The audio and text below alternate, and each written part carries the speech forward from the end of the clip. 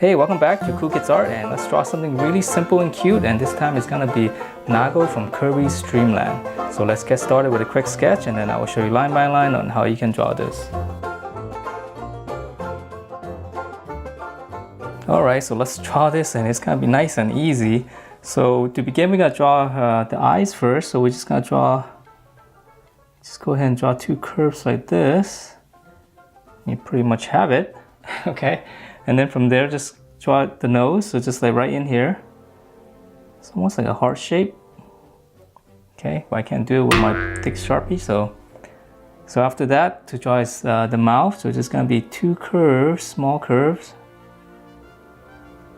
Okay, so once we have that, now we can draw in the face. So from here, we're gonna go all the way up here. So on the side here, from his mouth, we're just gonna curve it up, all the way up, to right around there. Okay, and then from here we can draw in one of her ear, so we just kind of curve it right there, and now that's going to give us a reference point for the other ear. So now we're going to go up on this side, and now we're going to come down right around here, the eye area, all the way down.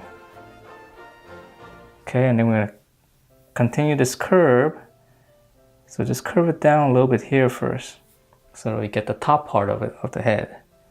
Okay, and then let's see, the whiskers is gonna be easy. So just right here, just draw two whiskers, and then two on this side. All right, so now we're just gonna have to draw in one big bowl. So from this side, we're gonna go down, and we can actually do a little bit on this side as well, so that we kind of do it together. And then now we're gonna curve it in. So this side we're going to curve it in, and then here we just kind of flatten it out, just kind of connect it. Okay, and then after that it's just the tail, just going to be right here,